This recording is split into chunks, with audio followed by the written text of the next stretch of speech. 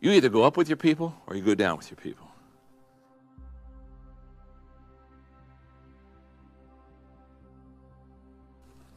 Have they done it for so long that there is a trust element here now that they just always come through?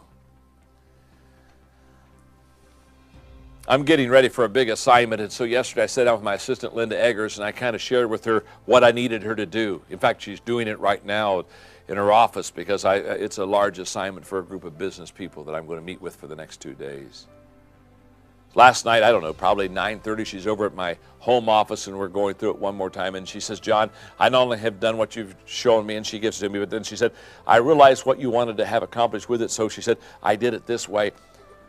And she just took what I had given her to a whole new level. And I said, Linda, one more time, you just make me better than I am. One more time, Linda. One more time, as so many times. You've taken what I've given you, and you just made it better. And you're going to make me look so good, and you're going to allow me to help so many people because you are a key player on my inner circle, and you have proven value to me. Make inner circle commitments. Inner circle commitments such as, I'm going to have team leadership, and then I'm going to evaluate my team. Another inner circle commitment I want you to make is that you're going to develop your leadership team. Make that commitment. I'm going to develop the people around me. I'm going to make sure that my leadership team grows. And here's why. If you grow your inner circle, you'll grow your business. Grow your people, grow your company. It always works that way. That's the law of the inner circle.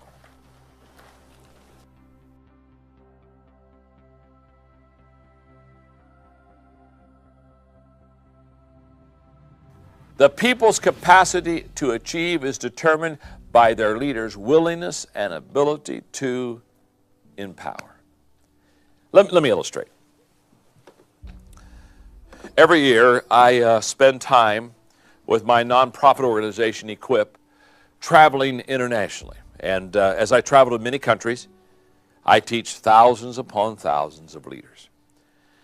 What I have noticed, especially in developing countries around the world, is I've noticed that the person in power, the person that has a leadership position, instead of empowering others, and instead of sharing with others, and instead of including others and developing a leadership team, the person in a leadership position, instead of raising up people, in developing countries most often, they try to push down people.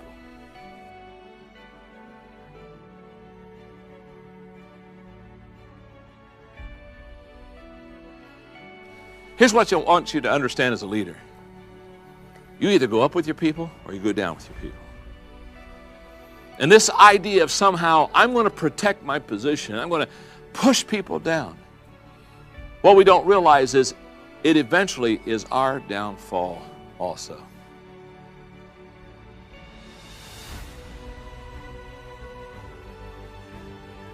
So you ask yourself the question, I ask myself this question all the time. Again, when I travel and I see this happening in other countries, I ask myself, why is it that the leader insists on somehow being way above his or her people and always is trying to kind of keep everybody, I don't know, they have this kind of like, the best way I explain it, almost like a king of the hill mentality.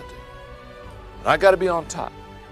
Why is it that people fail to empower people and give them the energy and the permission and the environment that will help them to be growing and be great leaders themselves? I think there are several reasons we need to discuss quickly. One of the reasons I think we fail as leaders to empower others is insecurity. You show me an insecure leader and I'll show you somebody that will never empower anybody. In fact, let me tell you what's never happened. An insecure leader has never empowered anyone because they're too insecure.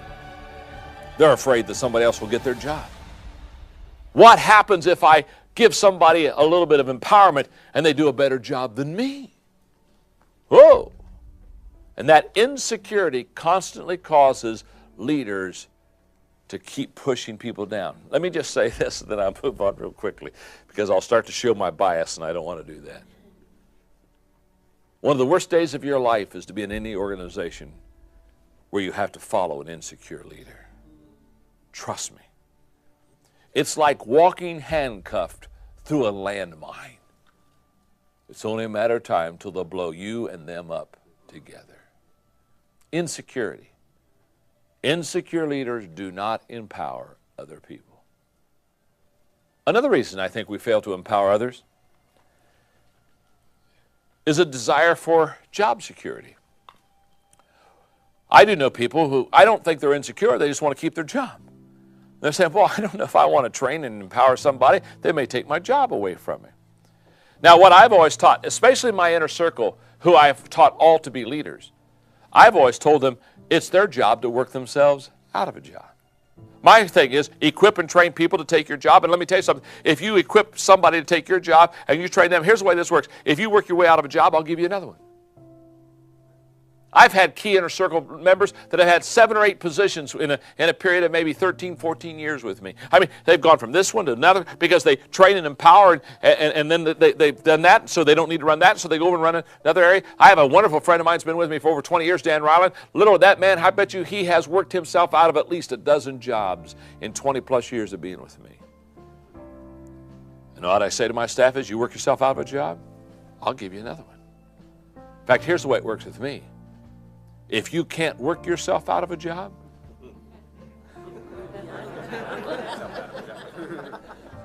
you're smart, aren't you?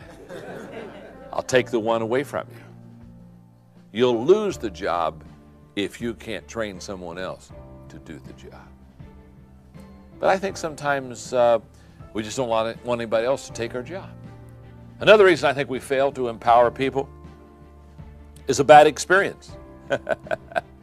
In other words, I'll bet everyone in the studio, and I'll bet everyone listening to this leadership training tape, I'll bet every one of us have had a time where we've trained somebody. I mean, you've worked hard, you poured your life into them, you trained them, and then it turned out bad. They didn't do a good, they left the company, they left you, they hurt you, they backstabbed you, they did all kind of, how many of you have ever had a bad experience trying to train someone? Raise your hand. Oh yeah, 100% in the studio. How many of you are sitting beside that person today? Now see, you've learned. Now your hand doesn't go up anymore. You know better. You know better. Okay, now, a lot of times just a bad experience. I've had that happen to me. I can remember as a young leader taking a very promising young guy, younger than me. I was already in my 20s, so he was really young. And pouring my life into him for about 3 years, only to have him just mess up. And I remember I said to myself, I'm never going to do this again. I am never going to do this again. I'm done training people. In fact, I thought, when I hire people from now on, instead of pouring my life into them, I'm going to keep them at a distance. And for the next 6 months, when I brought a couple people on my staff, I kept them at a distance. And then one day I realized that if you don't allow a person to get close to you, and if you don't pour your life into them, the good news is they probably won't hurt you.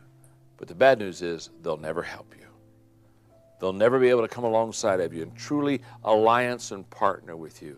But a bad experience. A lot of times we just have bad experiences. I'm never going to do that again. And so therefore, we fail to empower people. Number 4, ego. Just ego. Just the fact, hey, a lot of times we don't empower anybody because we want all the credit. Isn't that true? Yeah, we think, my goodness, if I empower this team, they're going to get some of the credit, and I'd like to have it all. Hello? Huh? Number 5, codependency. I think sometimes we are codependent with others. In other words, basically what we're saying is I need you and I want to keep you close to it. If I empower you, I might free you up to let you go. And I put in there because it's a true statement, you can't lead people if you need people. Now, don't take that statement to the extreme. Don't go back and say, boy, I don't even like people. This is awesome. I have the first quality of being a great leader. No. If you need them, and the reason you can't lead them if you need them is if you truly need them in a codependent way, you'll never make the hard decisions because you need their approval too much. By the way, as I close out the law of empowerment, I just want to say to you that this has been a law that has been very important to me since I've turned 50 and now much older. I've come to the conclusion for me, now this is just for me, that my greatest joy and my greatest fulfillment is in adding value to others. And I can say at this stage of my life, Other people's success brings me more joy than my own success. And I don't mean that wrong, because I still like to hit the ball out of the park. And every once in a while I get the chance to hit the ball out of the park. But to train and teach someone else to do that, it's a greater joy. You know what? I kind of know what I can do. But when I pour my life into others and I see what they can do, it begins to compound as far as the return. It begins to, instead of to add, it begins to multiply. And so I kind of close this law by saying that I have found that adding value to people is very important to me. And I basically try to guide my life so that every day I can positively take people to another level. And I found 3 things about adding value to people that is just absolutely huge. And the first thing I found about adding value to people is this: that you can only add value to people if you truly value people. If I don't value you as a leader, I'll manipulate you instead of motivate you. And it's never right.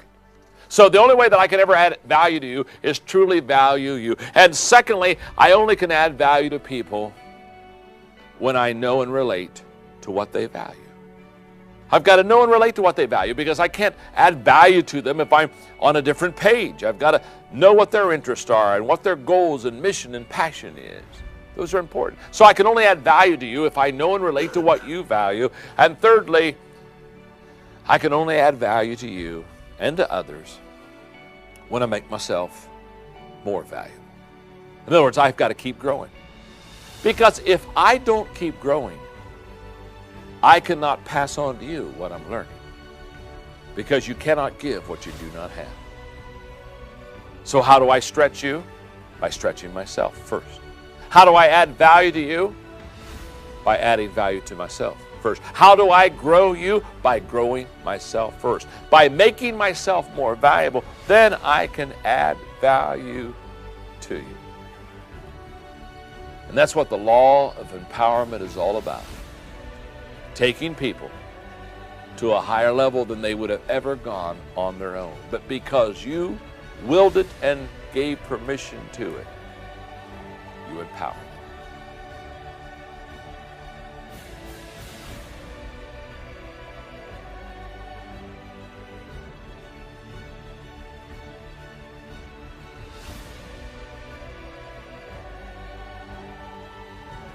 The law of reproduction is a cousin to the law of magnetism.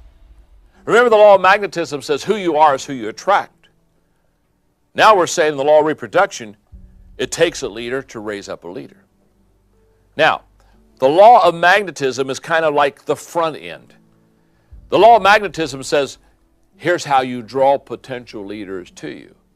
The law of reproduction is the back end. The law of reproduction says, once you've drawn these potential leaders, here's how you develop these potential leaders.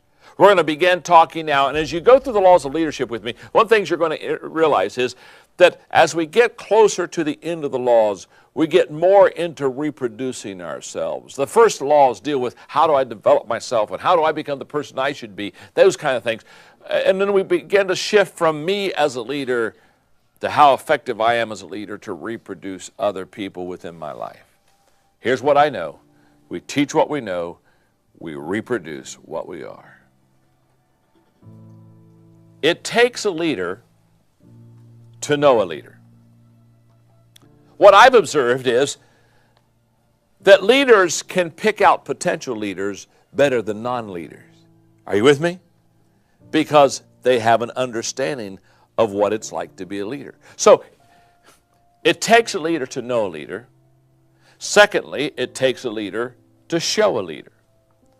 In other words, it takes a leader not only to be able to know one or define one, and so therefore the people that find potential leaders are leaders themselves, but it also takes one to model or to show or to be an example for another leader, because the greatest motivational principle in life is people do what people see.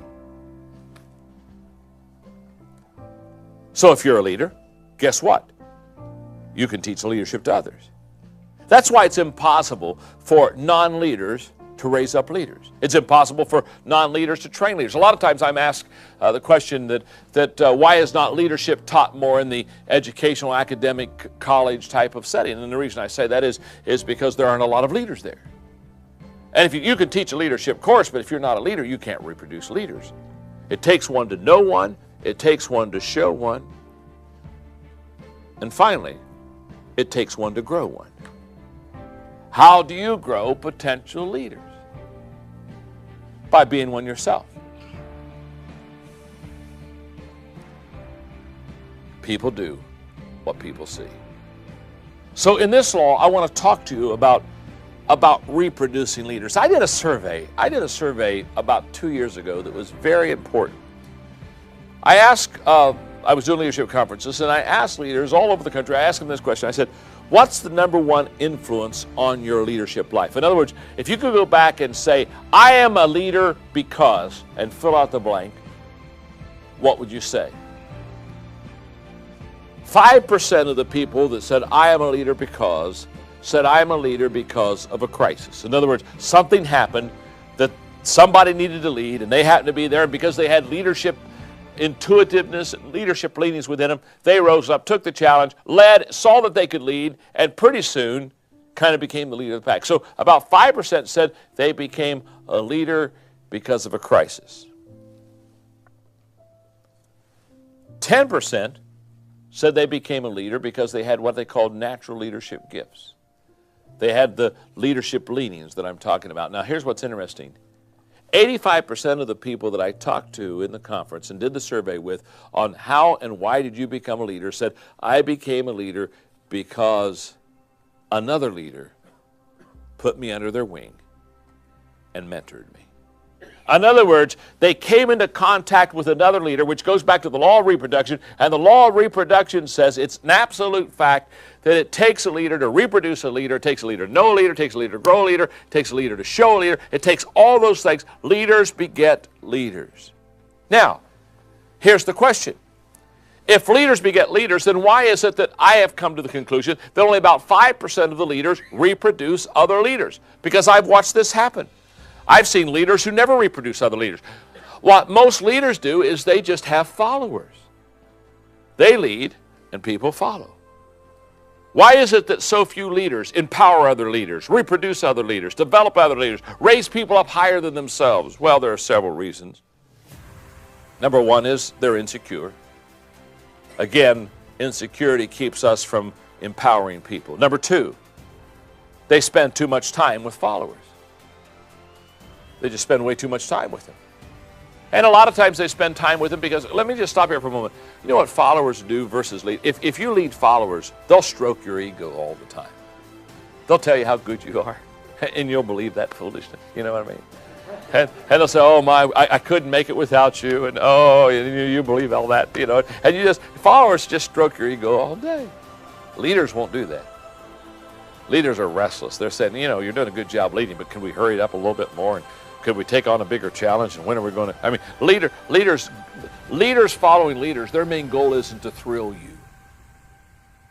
Their main goal is progress, success. They want to get to the top. Thirdly, this is so true. Followers are easier to find and lead than leaders. Boy, isn't that the truth? One of the reasons we have so many followers is because we like it, because followers just follow. I mean, you know, hut, 2, 3, 4, hut, 2, 3, 4. They just kind of get in line. You see, leaders, hey, they're hard to find. Oh, they're hard to find. They don't flock. Turkeys flock. Eagles don't flock. You've never gone outside and said, oh my goodness, I couldn't even see the sun today. There was just thousands of eagles just blocking the sun today. No. Eagles don't flock. Turkeys flock. They're hard to find. They're not only hard to find, they're hard to gather. When you find them, they're not waiting to join your team. One of the best advice I ever received in trying to recruit good people to my team was this advice. Find somebody that is already fulfilled in a job that they're doing with excellence and go after them. The person who wants a job, you don't want. The person who's looking for something is not the one you want. Hello. There's a reason why they're at the depot waiting for the train to come.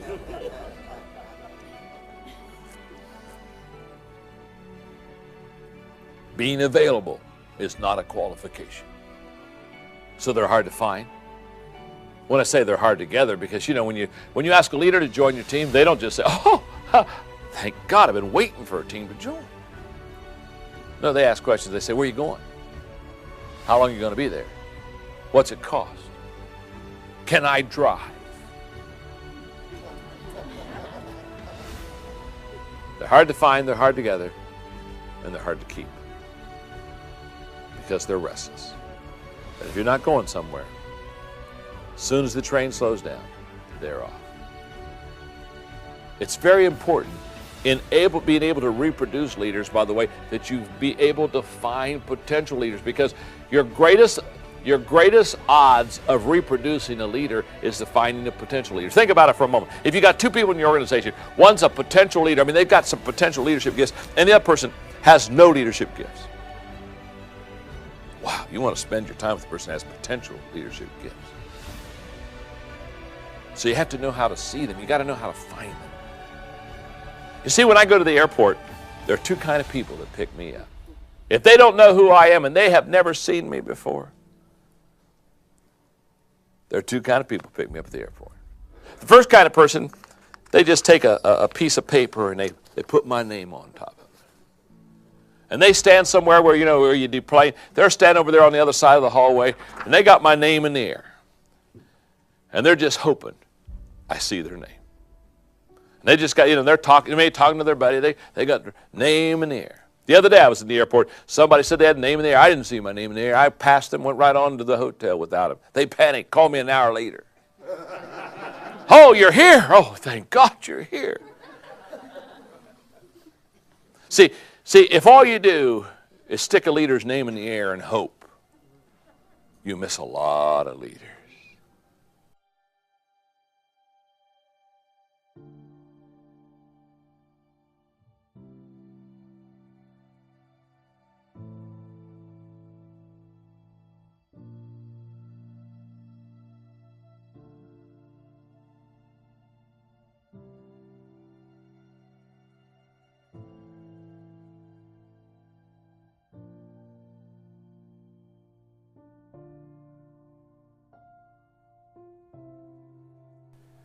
You see, if you have a picture of what a leader looks like, you can find potential leaders. If you can find potential leaders, you increase your odds of reproducing potential leaders. Number 4, sometimes we don't develop other leaders because they fail to recognize the value of developing leaders. They've never realized the compounding value that if you develop leaders, you grow your company, your profit, your bottom line is bigger. Everything wins when you have leaders in your organization. Number 5, leadership has been viewed many times as a competitive effort and not a cooperative one. So many times we've looked at people and thought of them as competitors. And you know where I think we got that? I don't know, this is just me, I think we got that from when we were kids. How many of you when you were kids played the game Follow the Leader? Boy, I played that game. And you know what the goal of the leader was? The goal of the leader was to do things that the followers couldn't do so that the leader could stay the leader. So I grew up in a culture that said, if you're really good, people will never be as good as you. And therefore, you get a lead. And so therefore, I protected leadership by being able to do things that others couldn't do. And I think it puts within us a competitive nature that we don't even understand. And as we grow up, we carry that over into even the corporate world in our life of saying, I still got to be able to do things that other people can't do, so I'll establish myself as the leader.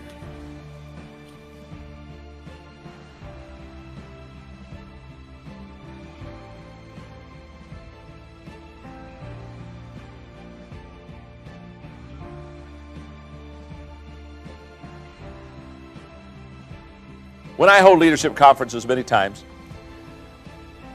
a leader of an organization will come up to me and they'll say, John, I've got this huge vision, got this big dream, just about to share it with my company, about to share it with my department. And they'll ask me the question, all the time they'll ask me this question, what do you think? Do you think that my people will buy into my dream? Whenever they ask me the question, I say, let me ask you a question. Have the people bought into you? Because if the people have bought into you as a leader, can I tell you something? There's good news. They'll buy into the dream. But if they haven't bought into you, can I tell you, they'll not buy into the dream. It's never happened where an organization has bought into the vision without buying into the visionary.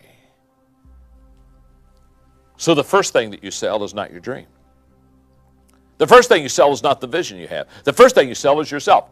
Because when you can connect, goes back to the law of connection. When you can touch a heart, you can ask for the hand. In other words, when you can touch them relationally, when they have bought into you emotionally, when they like you, when you're at least on level number 2 on the 5 levels of leadership, when they have bought into you, then they'll buy into the dream. So the first thing that you want to do is you want to always sell yourself. And then you can sell your dream. But it's impossible to sell your dream if you haven't first sold yourself. You see, every vision is filtered through the messenger. So therefore, when I hear a vision or when I have a dream presented to me as a leader, it's an absolute fact that every one of those dreams and visions are filtered through who gives the dream and who shares the vision. I've often said it this way. The leader finds the dream and then the people. That's the way it works. As a leader, I have a vision or I dream, and I got this vision dream, and I say, okay, I've got to go find some people to fulfill it because I can't do it all myself because it's a bigger dream than I have. So the leader finds the dream and then the people. The people find the leader and then the dream. Most people go throughout life without the dream or the vision. So they have to find the leader that has a dream or a vision that's compatible with them. But in staying long enough to find out what the leader's dream is and what the vision of that leader is and where that leader is taking them, they also realize, I've got to buy into this person. I've got to like them. If I'm going to take a journey with them, I've got to relate to them. I've got to connect with them. They have to like me. They have to believe in me. They have to relate and connect with me. So the law of buy-in is absolutely huge because what we have to understand is that our job as a leader isn't to sell the dream first. Our job as a leader is to sell ourselves first. And with the selling of ourselves and the connecting with people, they connect with the dream. Again, how do I take the vision from me to we? The law of buy-in. If they buy into you, it will soon be their vision, not just your vision. You know, there are some questions, therefore, that I have to ask as a leader. The question is not only do I have a clear vision, the question that I need to ask is, do I love my people? Do I enjoy being around them? Do I have a good relationship with them? Do they love me? Do they enjoy being around me? Is it a good time when we're together? Because the leader, again, understands in the law of buy-in, there has to be the human connection before you can take them to a higher level. What I want to do to make this lesson real practical for you is I have what I call the buy-in process that I want to give you. I want to share with you what is the process that helps people buy into you as a leader and then buy into your vision. Here's where it starts. Number one, the people see the problem. In other words, there's a need that people sense and feel and understand, and they say, oh my goodness, we have a need or we have a problem. That's the first step to the buy-in process. There's just what I call the obvious need or the obvious problem. Step one. Step two, the leader sees the problem and the potential. Now that's what distinguishes the leader from the follower. The follower sees the problem. In fact, the follower is frustrated and basically has no answers and basically thinks that his or her hands are tied, and so they're frustrated with the problem, but the leader sees the problem, but the leader also sees the potential. That's what makes a leader. Remember, leaders are dealers in hope. Where most people see the dead-end street, they see more than the dead-end street. So, one is the obvious need that there's a problem. Secondly, there's a leader who sees not only the problem, but the potential. Third, the leader has a plan. Now, this plan usually is a vision, but it's a plan. They not only see the problem, but they've got a plan on how to fix it. And in seeing this problem and seeing this plan how to fix it, remember, now they are beginning to be what I call tangible dealers in hope. It's one thing just to get up and say, it's going to be a better day. It's another thing to get up and say, it's going to be a better day, and here's why, and lay out a plan. One statement gives people hope for the moment. The second statement energizes and empowers them for the long run. So, there's a problem that's obvious. There's a leader who sees the problem but also sees the potential. And that same leader, thirdly, develops a plan of how this problem can be solved. Number 4, the leader believes in the people. As we studied in the law of buy-in, that you have to buy into the people before you buy into the vision. And by the way, that's two ways. The people have to buy into the leader before they buy into the vision, and the leader has to buy into the people before he or she can get them to buy into the vision. There's a buy-in on both sides. So this leader not only sees the problem, sees the potential, has the plan, but has bought into the people, which brings us to step number 5. The leader believes in the future. Not only does the leader believe in the people, the leader believes in the future, and basically, again, has great expectation of what tomorrow will bring. And step number 6. The leader shares this belief with the people.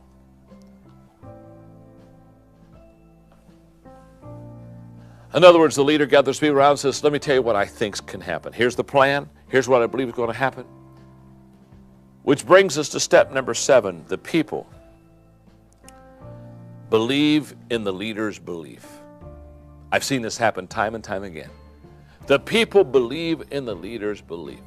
Even before, quote, they get it, they've got it. They bought in emotionally to the leader, and so therefore as they bought emotionally into the leader, they began to buy into emotionally the leader's plan, the whole process. Now, when those 7 things happen, the 8th thing is absolutely automatic.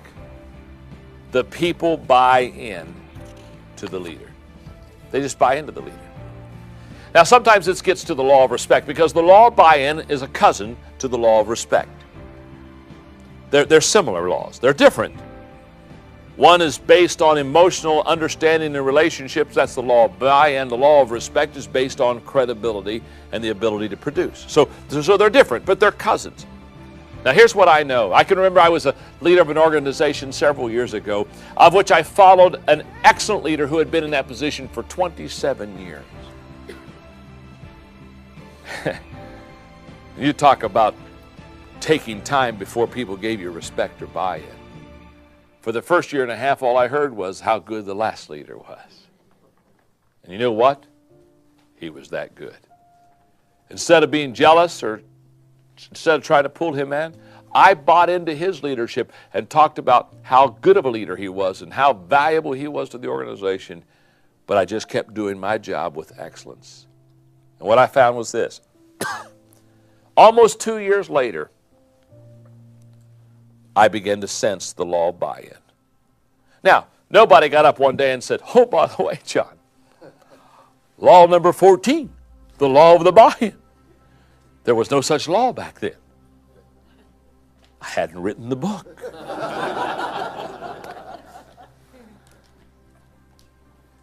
But I knew they began to buy into me. I knew they began to buy into me because they started coming to me and asking for leadership counsel. They began to initiate questions. And they also began to initiate affirmation. They began to talk to me about how I was helping them and how they realized where the organization was, and now the organization was so much better. And all of a sudden I realized, when you truly have the law of buy-in as a leader, you don't need to ask the people. They'll start coming forth. And they'll start giving you that buy-in. You'll know it because the people will share.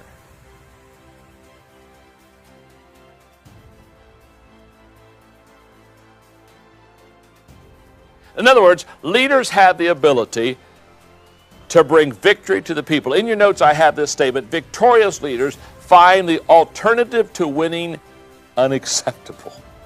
So they find out what needs to be done to achieve victory.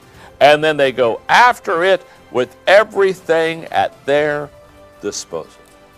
Now, if you'll let me just use a sports illustration just for a second, a classic example of somebody that understood the law of victory was Michael Jordan. Just had the ability to bring the team to victory. And even when he went over to the Washington team in the NBA, a team that had been lowly, they almost made the playoffs.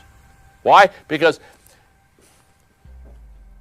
anything less than victory is unacceptable to Michael Jordan. You show me a person, a leader that does this law well, and I'll show you a person that absolutely hates losing.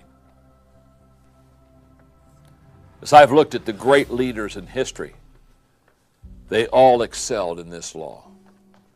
Whether it's in our country, George Washington, who absolutely is determined to allow our country to be free from British rule, and stakes his life in 6 years, never hardly goes home to stay out there with his soldiers as they are undermanned and underrated to make sure that they bring this victory home, and finally he does. Whether it's a George Washington or an Abraham Lincoln who knows that the bloodiest time in our history is going to be a civil war, but he's willing to go through those dark hours so that we can eventually take this injustice off of our African American and friends and bring us to a new day.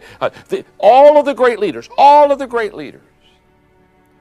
understand and bring forth the law of victory. Perhaps my favorite leader of all is the leader of England, Winston Churchill, during World War II, who absolutely refused to allow the Nazis to gain control of Europe. And in the darkest hours spoke great words of victory to his people. I love the statement I have in your notes about him. Winston Churchill asked the question, what is our aim? I answer in one word, victory. Victory at all costs, victory in spite of all terror, victory however long and hard the road may be, for without victory there is no survival. So, what does the law of victory look like? Let's put a picture on it so we can understand it. Let's make the law of victory tangible. First of all, leadership is responsible. You show me a leader that brings his or her team to victory, and I'll show you a leader that takes responsibility. They take responsibility when defeat happens. They say, look, it was my problem, I was the leader. So the first part or component of the law of victory in leadership is that the leader takes responsibility. No excuses. Boy, don't you know some people? Every time there's a problem, they got 17 reasons why it's not them.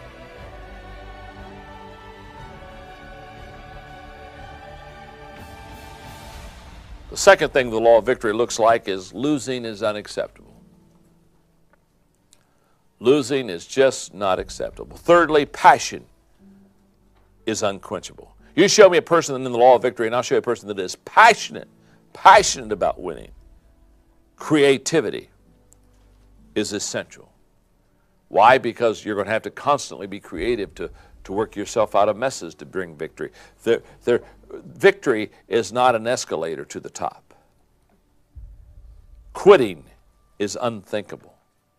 They will not quit. Commitment is unquestionable.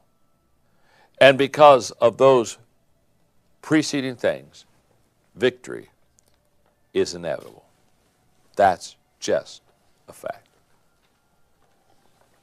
I'm very fortunate because I have people around me who understand this law very well. And in my inner circle, they really do understand the law of victory. David Sutherland, who's the president of Enjoy Stewardship Services, that's an organization that raises money for nonprofit organizations. David, I many times go to him and I say, David, of all the people I know, you are Mr. Law of Victory.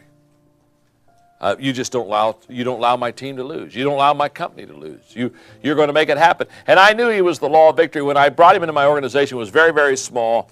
And it was right after Thanksgiving. I was over at the office one day and I saw his wife, Roxine, and I noticed Dave was gone. And I said, Roxine, where's Dave? Well, he said, you know, John, his goal was X amount of contracts this year, and he's 7 contracts short. So On Thanksgiving Day, he left and said, I hope to be home for Christmas. But I won't be home till I have the other 7 contracts. So Roxanne said, I'm not sure when he'll be home. But when he comes home,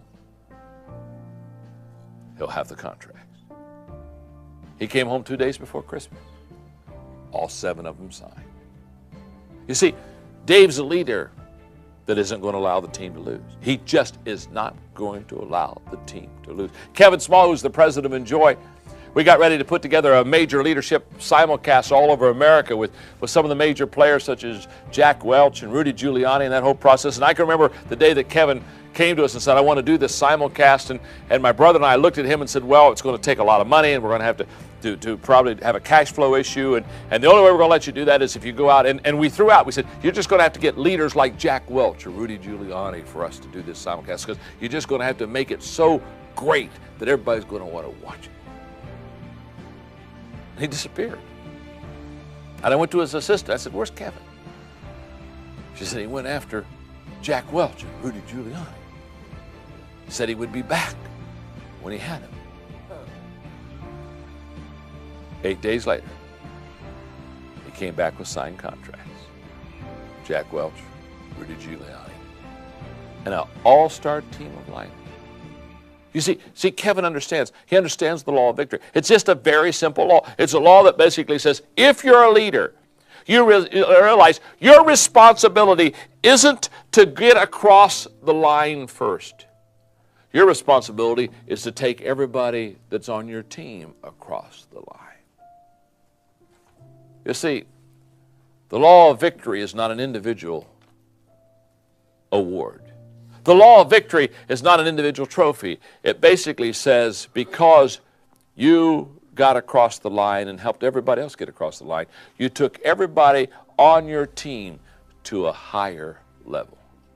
The law of victory says, yes, you won, but so did all the players around you. The law of victory can probably be expressed best in the words of Bill Russell, who said after every basketball game with the Boston Celtics, which he led to many world championships, he said, after every game, I evaluate my game not based on how well I played. I evaluate my game on how well the players around me played because he said, my main job is to make them all just a little bit better. So the law of victory is not a single award for a single person doing a single job. No, no, no. You see, you're a leader. Leaders don't go to the top by themselves. Oh, they go to the top. But when they go to the top, they're like my friend Jim Winokur, who took 20 people to the top of Mount Everest. He said, the greatest joy is not getting there myself. Once I did it, I knew I could do it. Now the question is, can I bring victory to everybody else? That's the law of victory.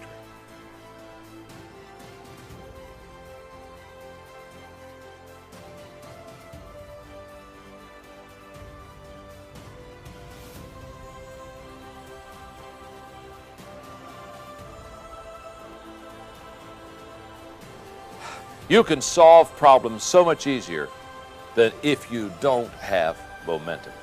So let's talk about it for a moment and grab hold of your notes for a moment and I'll walk you through some fill-in-the-blank stuff, then I want to do some teaching.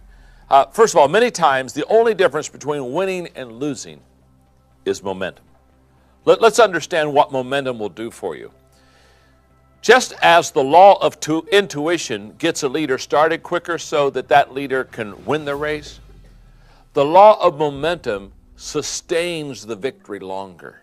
Momentum allows you to be successful for a longer period of time. An expression they use in the sports world, and you've all heard it, is when a team has got momentum, the sportscasters will say something about like they're playing over their heads. What's it mean when they say they're playing over their heads? What it really means is they've got momentum going for them. And when they got momentum going for them, things began to turn out great. And here's why. In your notes, momentum is the great exaggerator. In other words, momentum takes what is and exaggerates it. Stay with me in your notes. Momentum makes leaders look better than they are. That's why I call it a leader's best friend. In other words, think about it for a moment. Just stop for a moment. when you've got momentum, people think you're better than you really are.